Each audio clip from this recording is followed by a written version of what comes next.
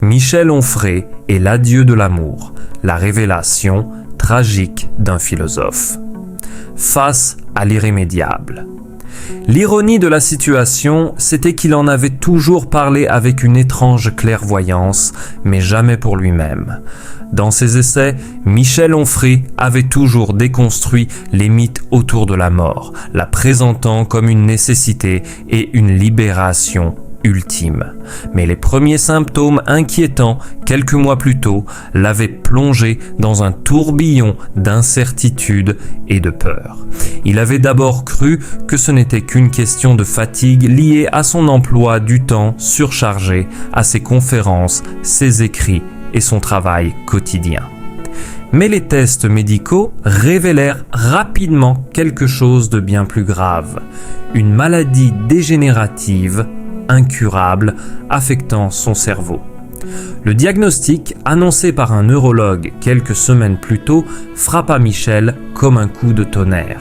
La maladie affecterait peu à peu ses capacités cognitives, sa mémoire, et finirait par lui voler une partie de son esprit.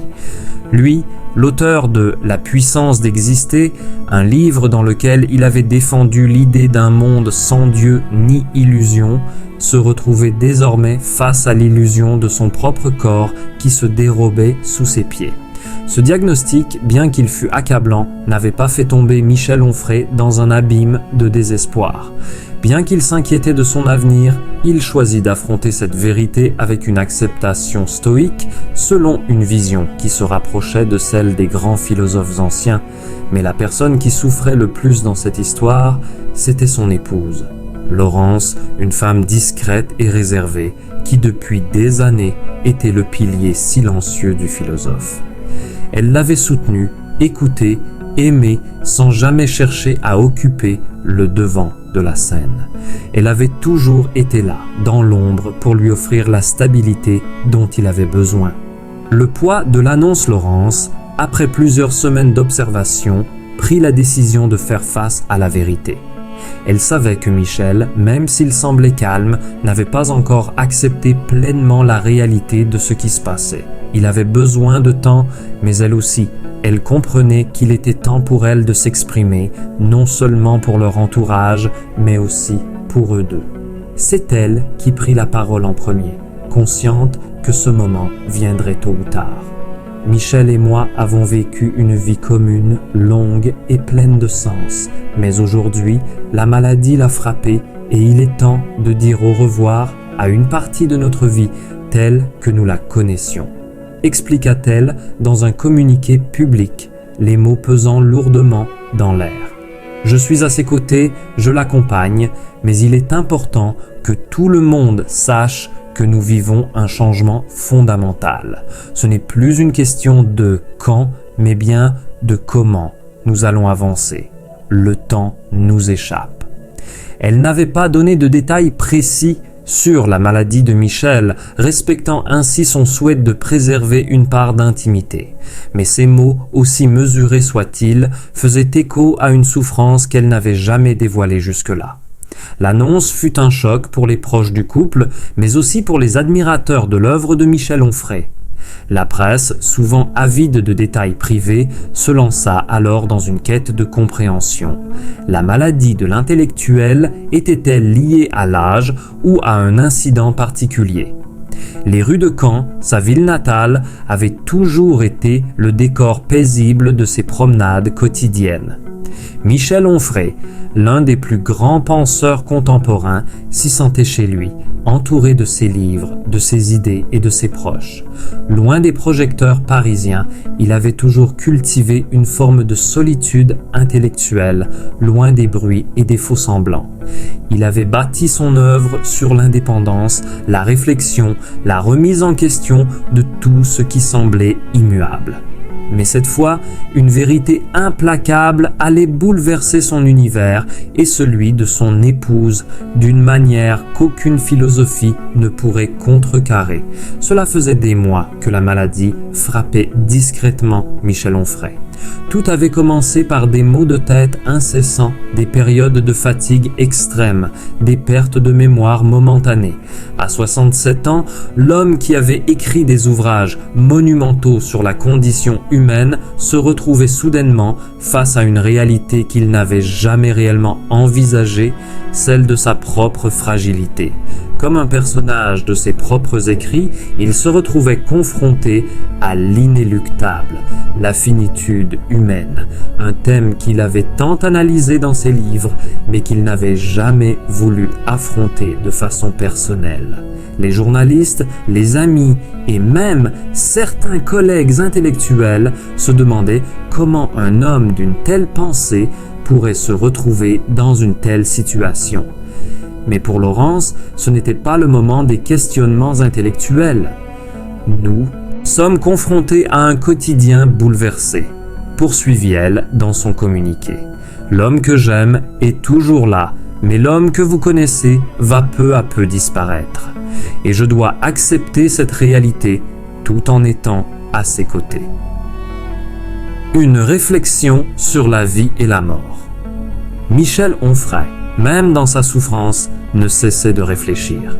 Ses lectures, ses écrits et ses discussions philosophiques sur la condition humaine avaient toujours porté sur cette question.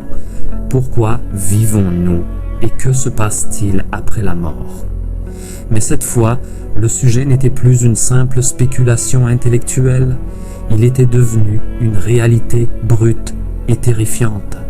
Comment un homme qui avait vécu toute sa vie à échapper aux dogmes et à se libérer des contraintes sociales, pouvait-il accepter l'inévitabilité de sa propre fin? Il se retrouva dans une solitude intérieure qu'il n'avait pas anticipée. Bien qu'il n'en parle jamais ouvertement, certains de ses proches rapportaient qu'il passait de plus en plus de temps seul, pensif et parfois agité. La douleur de voir son esprit se dissoudre lentement est inouïe, expliqua l'un de ses amis proches. Michel, dans sa souffrance, essaie de comprendre cette épreuve à travers le prisme de sa propre philosophie, mais il sait que, cette fois, la réflexion seule ne le sauvera pas. À la maison, la vie semblait continuer, mais d'une manière différente. Laurence faisait tout ce qu'elle pouvait pour l'aider à traverser cette épreuve. Elle était là, à ses côtés, à chaque moment, soutenant son mari tout en traversant elle-même une période de deuil avant même que l'issue ne soit atteinte. Elle gérait l'inévitable avec une dignité calme, sans bruit, sans geste spectaculaire. Les derniers jours et les derniers actes. Au fil des semaines, la maladie de Michel Onfray progressait. Mais ce qui frappait le plus ceux qui l'entouraient, c'était sa capacité à continuer de penser, à continuer de lire, malgré les difficultés. À 67 ans, il n'avait pas perdu son goût pour la réflexion, mais il savait qu'il n'était plus l'homme qu'il avait été. Il n'était plus le philosophe impassible qu'il avait toujours été sur scène, mais un homme fragile, confronté à ses propres limites. Laurence, elle, continuait d'assister à ce lent déclin, une scène qu'elle avait appris à accepter tout en la redoutant. « Je savais que ce moment viendrait », disait-elle parfois en privé, mais jamais je n'aurais cru qu'il serait aussi difficile d'assister à la lente disparition de celui que j'aime. Et pourtant, dans cet adieu silencieux, quelque chose de plus grand semblait se jouer. Michel Onfray, qui avait toujours été un homme des idées, un penseur qui ne reculait devant rien, semblait cette fois embrasser une forme d'humilité philosophique. Accepter sa propre fin devenait, à ses yeux, l'ultime acte de résistance. La mort, qui pour lui n'était jamais qu'un passage, était en train de devenir une ultime épreuve de compréhension de soi. Dans les jours à venir, certains suggéraient qu'il pourrait publier un dernier ouvrage, une réflexion finale sur la mort, le sens de la vie et l'inexorabilité du temps. Mais pour Michel, cela semblait presque superflu. À ses côtés, Laurence savait que tout ce qu'il avait écrit dans sa vie prenait un sens nouveau, un sens plus intime, plus humain. Finalement, ce n'était pas tant la fin de sa vie intellectuelle qui comptait, mais la manière dont il choisissait de vivre ses derniers jours. Et, pour la première fois de sa vie, Michel Onfray acceptait l'idée que peut-être, au-delà de la pensée, il fallait aussi simplement vivre.